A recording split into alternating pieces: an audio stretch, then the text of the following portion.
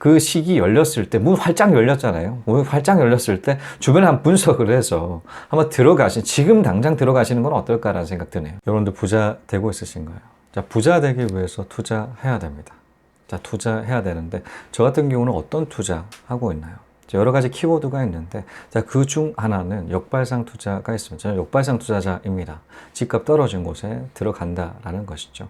자, 집값 떨어진다라는 것은 그만큼 그 시장 상황이 안 좋을 때 들어간다라는 겁니다. 자, 이런 안 좋을 때 들어가게 되면 꼭 들리는 얘기들이 있어요. 자, 어떤 얘기들을 하시냐면, 야, 지금 집값 막, 그렇게 폭락하는데 왜 들어가? 이런 얘기는 뭐 당연하고, 야, 지금 인구가 감소가 되고 있고, 자, 일본 법을 봐라. 이렇게 폭락하지 않냐. 자, 부동산 투자하면 안 된다. 뭐 이런 식의 일본 버블이라든가 인구 감소라든가 인구 절벽 막 그 관련된 얘기들 다양하게 많이 하시죠.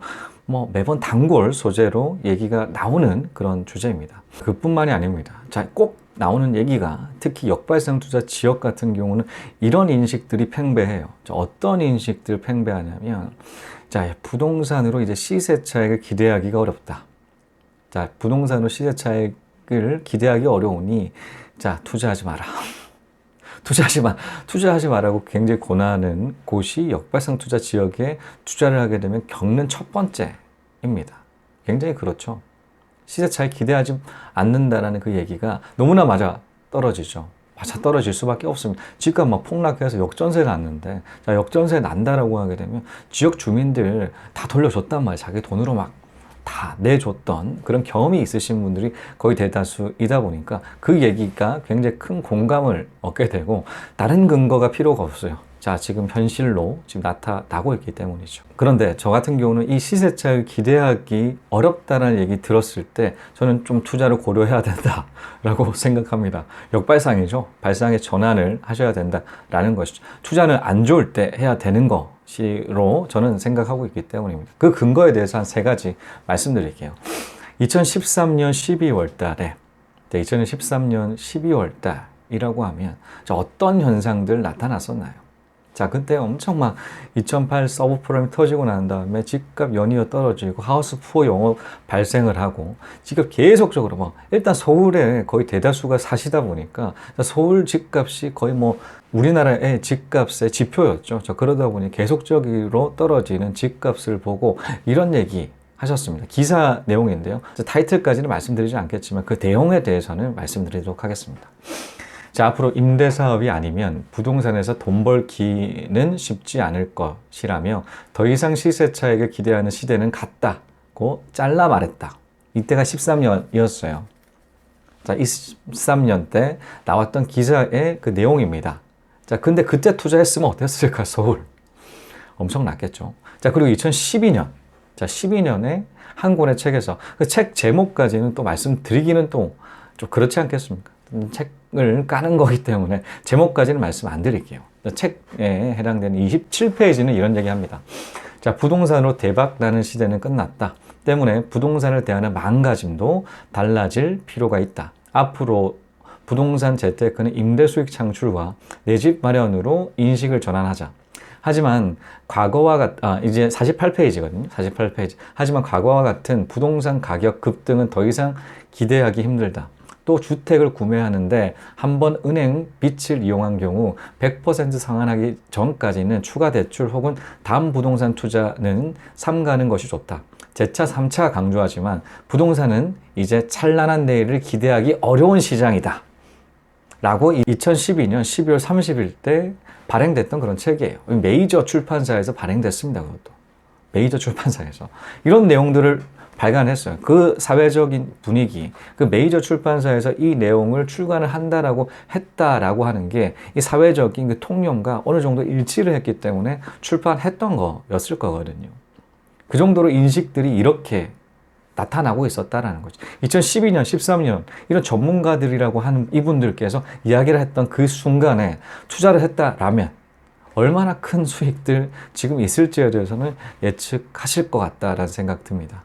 저 같은 경우도 마찬가지죠. 저 같은 경우 역발상 투자 지역만 투자를 하고 있습니다. 자, 그러다 보니 자, 이런 해당되는 사람들이 굉장히 또 많으세요. 시세 차익 더 이상 기대하기 어렵다. 이제 부동산은 시세 차익이 이제 없다.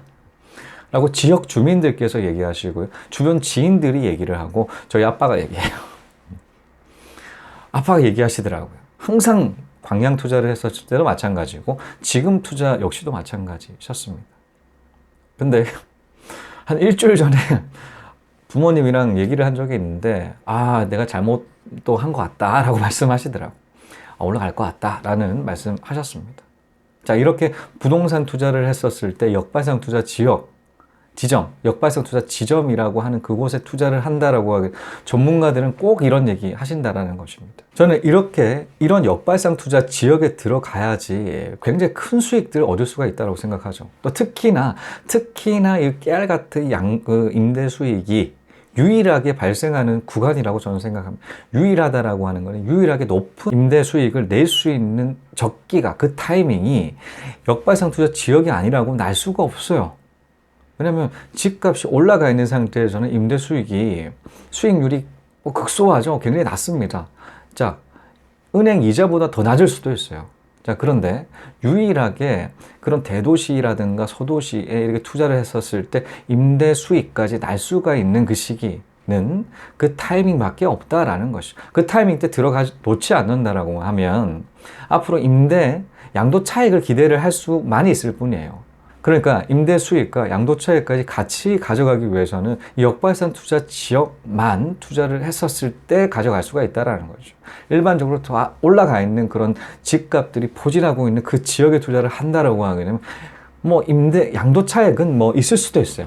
투자금이 굉장히 크겠죠. 그런 곳은 고공행진하는 그 지역 같은 경우는 보신다라고 했을 때 투자금이 굉장히 높습니다. 투자금이 높은 것만큼 그 이상으로 투자금 배로 이렇게 띄워야 되는데 그게 현실적으로 가능하신지에 대해서 한번 생각해 보실 필요가 있겠죠. 집값 오른 곳은 그만큼 전세가랑 매매가 차익이 큰 지역이다 보니까 양도 차익을 투자금 대비한 그 수익적인 부분 역시도 마찬가지 크지 않다라는 것이지만 이 역발상 투자 지역 같은 경우는 그만큼 떨어져 있고 역전세가 낮지만 갭 차이는 그렇게 크지가 않아요. 자, 그런 지역에 들어가놓는다라고 했을 때 임대 수익 플러스 양도 차익 같이 가져갈 수가 있다. 유일한 그 타이밍이다. 드디어 문이 열린 것과 마찬가지이다라고 저는 생각합니다. 자, 마지막 찬스예요. 마지막 찬스. 역발상 투자 지역은 그 시점을 놓친다라고 하게 되면 더 이상 들어갈 타이밍을 굉장히 오래 기다려야 된다라는 것이죠. 그 시기 열렸을 때, 문 활짝 열렸잖아요. 문 활짝 열렸을 때 주변에 한 분석을 해서 한번 지금 당장 들어가시는 건 어떨까라는 생각 드네요. 자, 이것으로 전문가들 이 말할 때 들어가면 100% 수익 얻습니다. 는 여기까지였습니다. 시청해주신 여러분 감사합니다. 다음 시간에 또 뵙겠습니다.